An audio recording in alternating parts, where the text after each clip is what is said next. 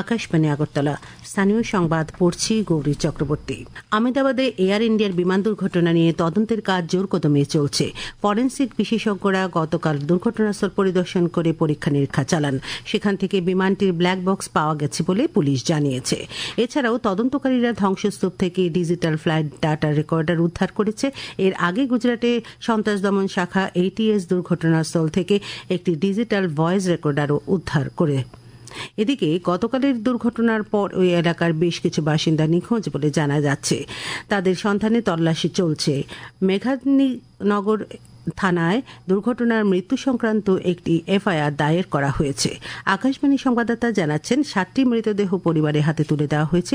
এছাড়া DNA পরীক্ষার জন্য আরও 200টি নমুনা সংগ্রহ করা হয়েছে। আজ বিশ্ব রক্তদাতা দিবস। প্রতিবছর 14 জুন বিশ্ব রক্তদাতা দিবস উদযাপন করা হয়। বিশ্বব্যাপী স্বেচ্ছাসেবী রক্তদাতাদের প্রতি সম্মান জানাতে দিবসটি উদযাপন করা হয়। এই উপলক্ষে আজ আগরতলার প্রজ্ঞা ভবনে রাজ্য রক্ত সঞ্চালন পর্ষদের উদ্যোগে এক অনুষ্ঠানের আয়োজন করা হয়েছে। হেপাটাইটিস ফাউন্ডেশন অব ত্রিপুরার উদ্যোগে আয়োজিত দুদিনের 8ম লিভারগন সম্মেলন আজ আগরতলার হাপানিয়া আন্তর্জাতিক কনভেনশন সেন্টারে অনুষ্ঠিত হবে। সম্মেলনের উদ্বোধন করবেন মুখ্যমন্ত্রী অধ্যাপক ডাক্তার মানিক সাহা। সাংসদ রাজীব ভট্টাচার্য গতকাল নতুন দিল্লিতে স্বাস্থ্য ও পরিবার কল্যাণ সংক্রান্ত সংসদীয় স্থায়ী কমিটির সাথে এইমস হাসপাতালটি পরিদর্শনে যান। তিনি হাসপাতালে সামগ্রিক কাজকর্ম এবং রোগীদের জন্য বিভিন্ন সুযোগ সুবিধার দিকগুলি পর্যবেক্ষণ করেন। রাজ্যে অবৈধ অনুপ্রবেশ রোধ করতে গতকাল মুখ্য সচিব JK সিনহার সভাপতিত্বে উচ্চ পর্যায়ের এক প্রশাসনিক বৈঠক মহাকরণে অনুষ্ঠিত হয়। বৈঠকে বাংলাদেশ থেকে আগত অবৈধ অনুপ্রবেশকারী এবং রোহিঙ্গাদের অনুপ্রবেশ সংক্রান্ত বিভিন্ন বিষয় বিস্তারিত পর্যালোচনা করা হয়। নিরাপত্তা রক্ষার কাজে যুক্ত সকল সংস্থাটির সাথে সমন্বয় সাধন করে কাজ করার উপর বৈঠকে আলোচনা করা হয়।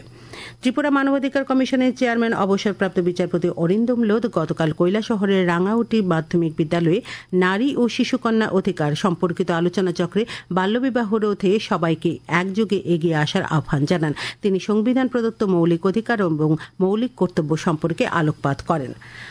আগামী 21শে জুন আন্তর্জাতিক যোগা দিবস অমরপুর মহকুমায় উদযাপন করা হবে। এই অনুষ্ঠান সুষ্ঠুভাবে সম্পন্ন করার লক্ষ্যে গতকাল মহকুমা শাসকের সভাগৃহে বিধায়ক রঞ্জিত দাসের সভাপতিত্বে প্রস্তুতি সভা অনুষ্ঠিত হয়। উত্তর জেলার জেলাশাসক চাঁদনী চন্দ্রন গতকাল এক সাংবাদিক সম্মেলনে জানিয়েছেন, আগামী 15ই জুন থেকে পক্ষকালব্যাপী ধরতে আবার জনজাতি গ্রাম উৎকর্ষ অভিযান শুরু হবে এবং এই জেলার 37টি রেভিনিউ মৌজার অধীনে 58টি ভিলেজ কমিটিতে সুবিধাভোগীদের কাছে বিভিন্ন প্রকল্পের সুবিধা পৌঁছে দিতে বিশেষ শিবিরের আয়োজন করা হবে। ভারত সরকারের PM বিশ্বকর্মা যোজনার আওতায় গতকাল থেকে ঊনকোটি জেলার কুমারঘাটের মৎস্য প্রশিক্ষণ কেন্দ্রে শুরু হয়েছে মাছের জাল বুননের প্রশিক্ষণ কর্মসূচি। উদ্বোধন করেন ঊনকোটি জেলা পরিষদের সভাধিপতি অমলেন্দু দাস। 7 দিনের এই কর্মসূচিতে 40 জন অংশ নিয়েছেন। শিক্ষা দপ্তরের উদ্যোগে গতকাল বিলোনিয়া শচীন দেববর্মন অডিটোরিয়ামে মাধ্যমিক এবং উচ্চ মাধ্যমিক পরীক্ষায় জেলার সেরা 10 কৃতী এবং 174টি স্কুলের প্রথম, দ্বিতীয় এবং তৃতীয় স্থানাধিকারীদের সংবর্ধনা জ্ঞাপন করা হয়। উপস্থিত ছিলেন সমবায় মন্ত্রী শুক্লাচরণ নোয়াতিয়া। TRBT পরিচালিত 2024 সালের TTET পরীক্ষা 2 পেপার 2 এবং TTET পেপার 1 পরীক্ষার চূড়ান্ত উত্তরপত্র গত 9 জুন প্রকাশ করা হয়েছে। গতকাল সচিবালয়ে সাংবাদিক সম্মেলনে বোর্ডের চেয়ারম্যান ডক্টর প্রত্যুষ রঞ্জন দেব জানান, প্রকাশিত উত্তরপত্রের বিষয়ে কয়েকজন পরীক্ষার্থী বিশেষজ্ঞদের সিদ্ধান্ত মানতে অসম্মতি জানিয়েছে। পরীক্ষার উত্তরপত্রের ক্ষেত্রে বিশেষজ্ঞদের সিদ্ধান্ত অমান্য করার অধিকার বোর্ডের হাতে নেই। শ্রী দেব বলেন, সর্বভারতীয় স্তরের প্রতিযোগিতামূলক পরীক্ষার নিয়ম মেনে এই পরীক্ষা নেওয়া হচ্ছে।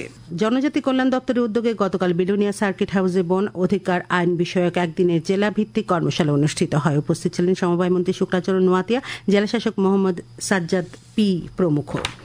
খেলার খবর। ত্রিপুরা ফুটবল অ্যাসোসিয়েশন পরিচালিত ঘরোয়া দ্বিতীয় ডিভিশন লিগ ফুটবল প্রতিযোগিতার গতকালের খেলাটি ড্র হয়েছে। উমাকান্ত মিনি স্টেডিয়ামে অনুষ্ঠিত ত্রিপুরা স্পোর্টস স্কুল এবং নবোদয় সংঘের খেলাটি গোলশূন্যভাবে শেষ হয়।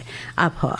আগামী 24 ঘন্টায় রাজ্যে সব জেলায় বৃষ্টিপাতের সতর্কতা জারি করা হয়েছে। আজ দিনে সর্বোচ্চ তাপমাত্রা 35 ডিগ্রি সেলসিয়াস এবং সর্বনিম্ন 26 ডিগ্রি সেলসিয়াসের কাছাকাছি থাকতে পারে। ভোরে সর্বনিম্ন তাপমাত্রা ছিল 28.4 ডিগ্রি সেলসিয়াস। স্থানীয় সংবাদ এখনকার মতো এখানেই শেষ হলো। পরবর্তী বাংলা স্থানীয় সংবাদ প্রচারিত হবে আজ সন্ধ্যায় 7:55।